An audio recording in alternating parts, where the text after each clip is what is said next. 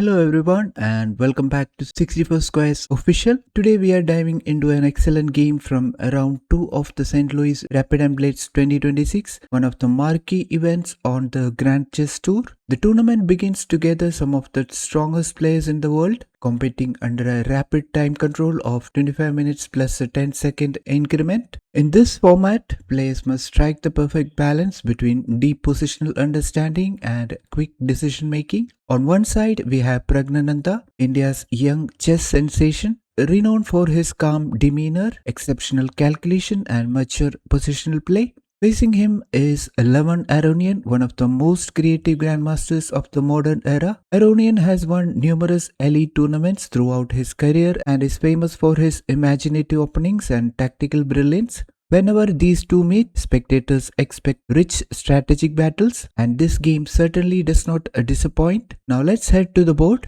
C4 and C6. Praggnanandhaa opens with the English opening. Aronian immediately chooses a Slav type setup, keeping maximum flexibility. Both players are simply developing toward familiar territory.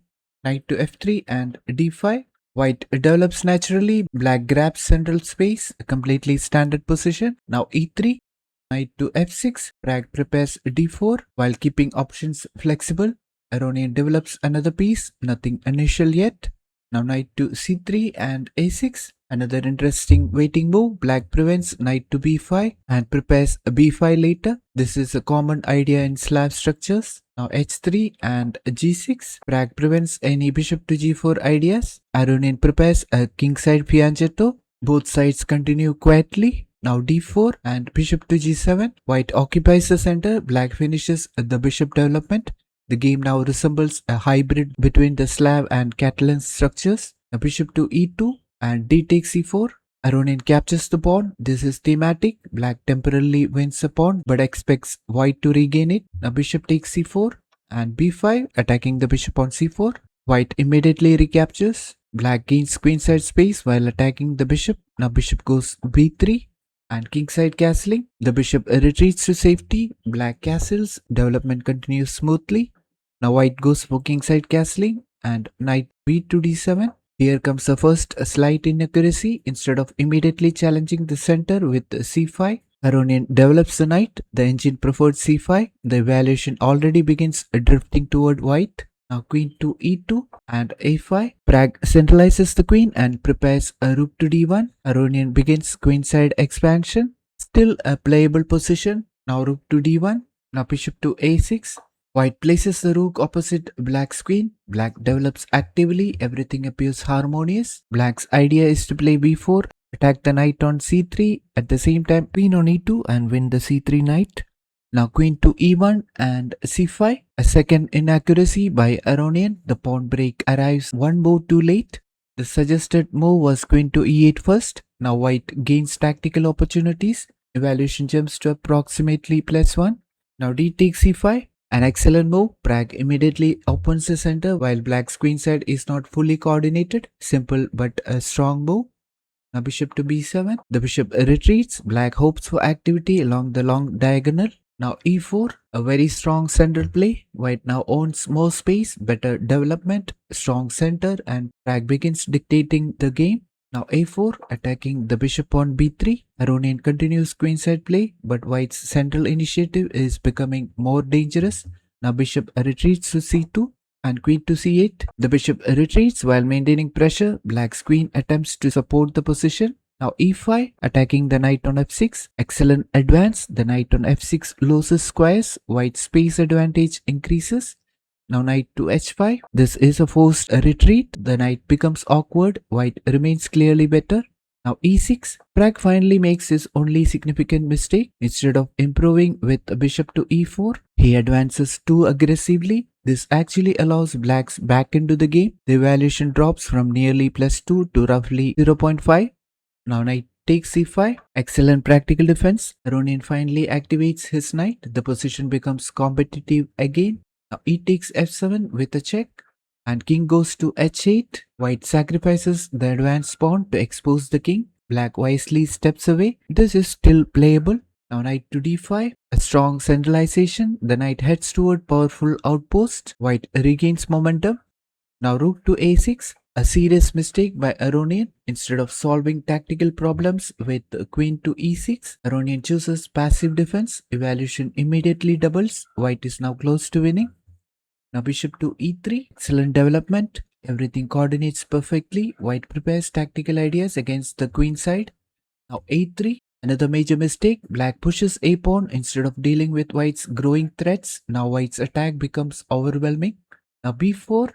Attacking the knight on c5. A fantastic move. Bragg shuts down black's queen side while opening tactical possibilities. A very instructive move. Now bishop takes a1. Aronian grabs the rook, but it's poisoned. Material is not everything. White's activity is enormous. Now knight takes e7, attacking the queen on c8. Excellent tactical shot. The knight invades. White begins collecting decisive threats. Despite losing the exchange earlier, the white's pieces dominate.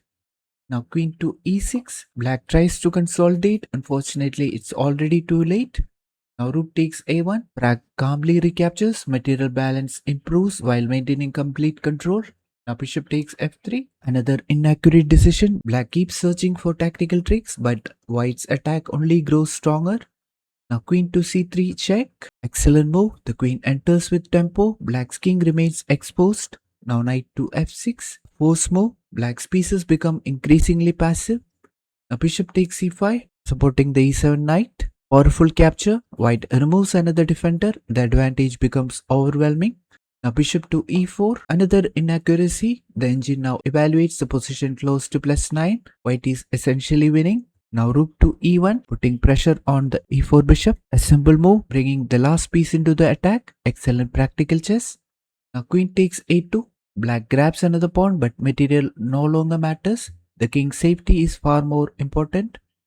Now bishop takes e4. Another defender disappears. White's pieces dominate every sector. Now rook takes f7. Black finally wins back the dangerous pawn. Unfortunately, the position is already collapsing. Now bishop to d4, putting pressure on the f6 square. A beautiful centralization. Everything attacks, everything coordinates. Now queen to c4. Aronian searches for counterplay, but there is none. Now knight to d5. Another powerful knight jump. Every white piece improves. Now a2, trying to promote the pawn. Black desperately pushes the pass pawn, but this is too slow. Now knight takes f6. Excellent simplification. Pragg removes another important defender. Now queen takes c3. Queens come off. Normally this helps the defender, but not here. White's pieces remain vastly superior. Now bishop takes c3. White keeps complete control. The bishop pair dominates. Now rook to c7. One last inaccuracy. Better defense still existed. Now the mating attack becomes unavoidable. Now bishop to a1. A quiet but deadly move. White calmly improves the bishop while keeping every tactical threat alive. Now rook to c4. The decisive blunder. Black completely overlooks the mating net. The engine now announces forced mate. Now knight to h5. The discovered check. A beautiful finishing move. The knight jumps with check. Every escape square is covered.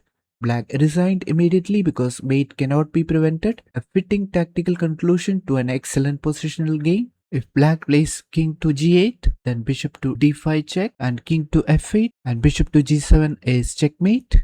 Although the game lasted only 34 moves, it was a masterclass in positional chess. Pragg did not overwhelm his opponent with spectacular sacrifices or flashy combinations. Instead, he won through a series of small, accurate decisions. Now let's recap the key moments. He chose the flexible English opening, avoiding heavily analyzed theory. He developed every piece harmoniously while gradually taking control of the center. Aronian's inaccuracies with knight b to d7 on move 10 and c5 on move 13 allowed white to seize the initiative. The central pawn break with e4 gave white a lasting space advantage. The knight leap, knight to d5 marked the beginning of black's defensive problems. Despite a slight inaccuracy with e6, Pragg maintained complete control. Superior piece coordination and relentless positional pressure steadily increased white's advantage. Finally, calm simplification and accurate tactical play forced Aronian into a hopeless position, culminating in the elegant knight h5 discovered check, after which resignation was the only option. This was not merely a victory, it was a demonstration of how to convert a small positional edge into a complete winning game against one of the most experienced grandmasters in the world.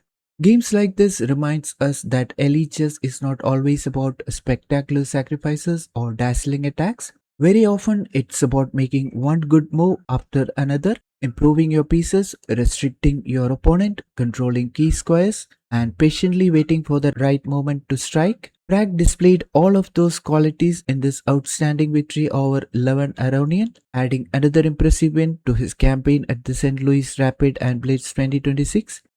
If you enjoyed this analysis and would like to see more in-depth breakdowns of the world's best games, please give this video a thumbs up, subscribe to 64 Squares Official, and turn on the notification bell so you never miss our latest chess content. Thank you so much for watching, and I'll see you in the next one.